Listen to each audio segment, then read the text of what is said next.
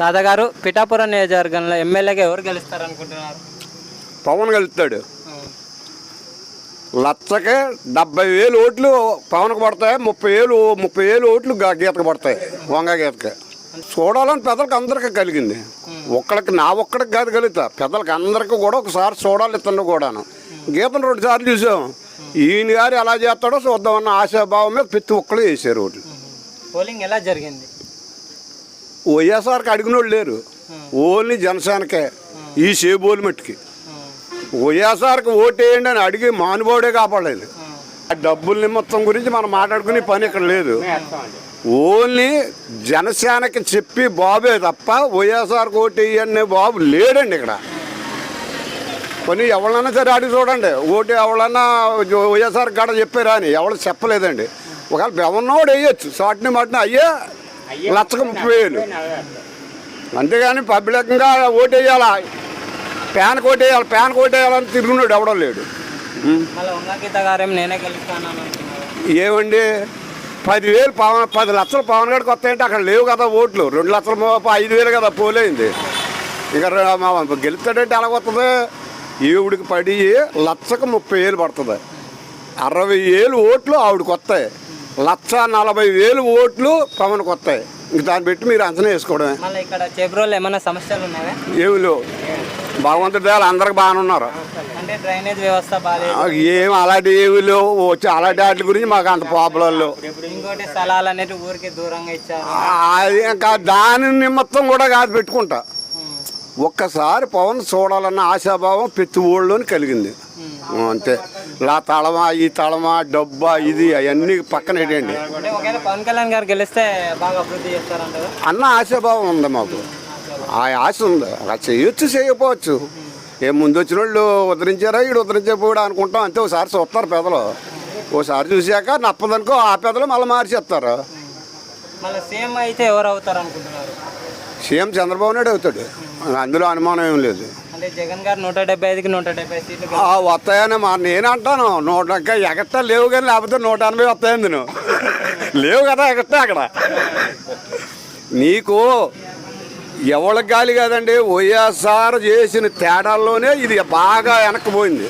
ఈ నియోజకవర్గం కాదండి, మా తూర్పుగోదావరి జిల్లా 19 సీట్లకి ఒక తుని ఒకటి తప్ప మిగతా అన్ని తెలుగుదేశం వస్తాయి. ఒక తుని ఒకటి వస్తుంది వైఎస్ఆర్. రాజధానుల గురించి ఏమని చెప్తారు? ఒకటి బెటరా 3 రాజధానులు ఉండాలంటారు? ఎందుకు ఒక రాజధాని? ఎందుకంటే మడుచుకు 3 పెళ్ళాలి, ఒక పెళ్ళం చాలండి. ఓ పెళ్ళం ఉంటే చాలు, 3 పెళ్ళాలి ఎందుకు? ఇప్పుడు పవన్ గారు 3 పెళ్ళాలు ఉన్నారని 3 వదిలికి కాపురం పెట్టలేదు కదా. ఒకళ్ళని వదిలేసాక ఒకళ్ళనే చేసుకున్నాడు అంతే తప్ప 3 కాపురాలు పెట్టలేదు కదా అక్కడ. అది దాన్ని పెట్టి ఆలోచించుకోండి. జగన్ ఏమో పథకాలు బాగానే అభివృద్ధి చేశాను. 4వ పెళ్ళం ఇంకా జగన్ గారు నువ్వు చేసుకోదలుచుకుని ఉన్నాడు. పవన్ 4వ దాన్ని చేసుకుంటాడట. ఇంకా ఎవరిని చేసుకుంటాడంటే జగన్ చేసుకుంటాను అంటున్నాడు. అభివృద్ధి చేయలేదంటారా? ఏ విధమైన అభివృద్ధి లేదండి. పోనీ ఓ పరిశ్రమ కట్టాడు, ఒక ఏ మధ్య పోతున్నారు అన్నది ఒక జిల్లాలో చూపెట్టండి. ఏదో జిల్లాలో, ఏ జిల్లాలో లేదు కదా. అక్కడ రాజధాని ఇక్కడ రాజధాని అన్నాడు కానీ ఒక డిబేట్ ఎక్కడ పెట్టింది లేదు కదా. ఇంకా మీకు మమ్మల్ని మీరు అడుగుతారంటే మీకు అన్నీ తెలిసిండు కూడాను. ఒక్కడ చాలండి దాన్ని అభివృద్ధి చేస్తాను. ఒకదానికే దారి లేదు, ఇంక 3 ఎందుకండి? పోనీ మనకి 29 రాష్ట్రాలు ఉన్నాయి. ఎక్కడన్నా 2-3 రాజధానులు ఉన్నాయండి? ఒకటే కదా రాజధాని. ఎక్కడ ఉన్నాను? మనకు ఉంటాయి 29 రాష్ట్రాలు ఉన్నాయి. అటు 29 రాష్ట్రాల్లో ఎక్కడ చూసినా ఒకటే రాజధాని అంటుంది. తమిళనాడు వెళ్తే ఒకటే ఉంది, కర్ణాటక వెళ్ళి చూస్తే ఒకటే ఉంది. అక్కడ 3 ఆంతం లేదు మాకు. అలా ఒరిస్సా వెళ్ళి చూస్తే ఒకటే ఉంది. మళ్ళీ బాబు గారు మళ్ళీ ఇన్ని పథకాలు చెప్పారు కదా, చేస్తారంటారా? అవన్నీ ఆశల మీద కాదండి ఈ ఓట్లు ఎత్తపోవడం. ఇతని మీద అతను ఎంతో కొంత అభివృద్ధి చేస్తాడని ఆశాభావం తప్ప పథకాల గురించి వీటి గురించి కాదండి ఓట్లు ఎత్తా. ఇతని మీద అతను ఎంతో కొంత అభివృద్ధి చేస్తాడని. అంటే ఇప్పుడు చంద్రబాబు గారు చూసినా జగన్ చూసినారు అంటే డిఫరెంట్ ఉందా పాలన? ఉందండి. ఎలాగైనా చంద్రబాబు నాయుడు ఒకటి ఎక్కడ దిక్కు నువ్వు రాయి అడిగిన కన్నా చూస్తున్నాడు. జగన్ ఆ రాయిని కూడా తీసేస్తున్నాడు. అది రాయిని కూడా తీసి పక్క పారేస్తున్నాడు. పెద్ద ఏజ్కి పెట్టారా? అది పెద్దదా లేకపోతే ఆయన సంతకాడు మీటింగ్ పెట్టి తెల్లారట్లోకి తీసి పారేయండి అన్నాడు. పెదల సొమ్మే కదా అది. ఎవరు? జగను తెల్లాట్లుగా పెద్ద ఏరు ఉండొచ్చాడండి, తెల్లాట్లో తీసేయండి అన్నాడు. శుభ్ర క్రైలు నెట్టుకెళ్ళి పడగొడేశారు. అది ఇంచుమించులో బోళ్ళను 100 కోట్లు అయింది. అది పెదల సొమ్ము. పెద్ద ఏది కంటే పెద్దలదే కదా. ఉండొచ్చాడండి, ఆడి కట్టింది నేను ఉండను అంటున్నాడు. ఇప్పుడు రాజధాని కూడా ఇప్పుడు ఆడి శంకుస్థాపన చేసాడని అది ఉండకూడదని 3 రాజధానులు చెప్తున్నాడు. వీడు అన్నాలు వచ్చినా 3 రాజధానులే చెప్తాడు. ఇంక అందుకని జనం కూడా కొంత గాలి అటే మళ్ళింది, అటే వేసారు ఓట్లు. ఇక్కడైతే పవన్ కళ్యాణ్ గారు గెలుస్తారు. 80,000 మెజార్టీలో గెలుస్తాడు. మళ్ళీ 1-2 గట్ట కాదు. ఇంక అందులో తేడాలే ఉండవు. అంటే చాలా మంది పందాలు కూడా కాస్తున్నారంట, నిజమేనా?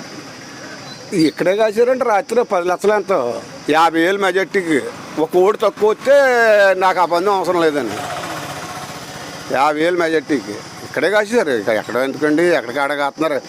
కాసి వాళ్ళు లేరండి ఇక్కడ. వైఎస్ఆర్ వాళ్ళు ఉంటే కాసిన వైఎస్ఆర్ వాళ్ళు బలం తక్కువ మీద ఎవడో దాని ఊరి తేటలేదు. లేకపోతే ఎవడికాడే డబ్బులు ఉన్న వాళ్ళే వైఎస్ఆర్ వాళ్ళు, డబ్బులు లేని వాళ్ళు ఎవరు లేదు. ఈ మధ్యలో దాచుకున్న డబ్బులే జరిపోయిన బోడంత ఇదిగాను. అంటే కొన్ని టైంలో ఎలక్షన్స్ అయిపోయినాక గొడవలు జరుగుతున్నాయి కదా, ఇంతకుముందు ఎప్పుడైనా ఇక్కడ అలాంటి గొడవలు ఏం జరగండి. ఇక్కడ వేరే తాండ్లో జరిగాయి. పిఠాపురం నియోజకవర్గంలోనే గొడవ ఉంటుందండి, ఉండదు. కొత్త ఒకసారి చూద్దారు అనుకుంటారు. ప్రతి ఒక్కళ్ళు ఉన్న మనస్తత్వం అది. అక్కడ ఈ నియోజకవర్గంలో పేరు చెప్తే గొడవలు అన్నవి ఉండవు. కొత్తోడు వచ్చాడు, ఓసారి చూద్దాం, బాగా చేస్తాడా, మళ్ళీ చేద్దాం, బాగా చెప్పితే మామూలుగా ఇంకొకరిని చూసుకుందాం అన్న లెక్క ఉంటుంది ప్రతి ఒక్కడికి కూడా ఇక్కడ.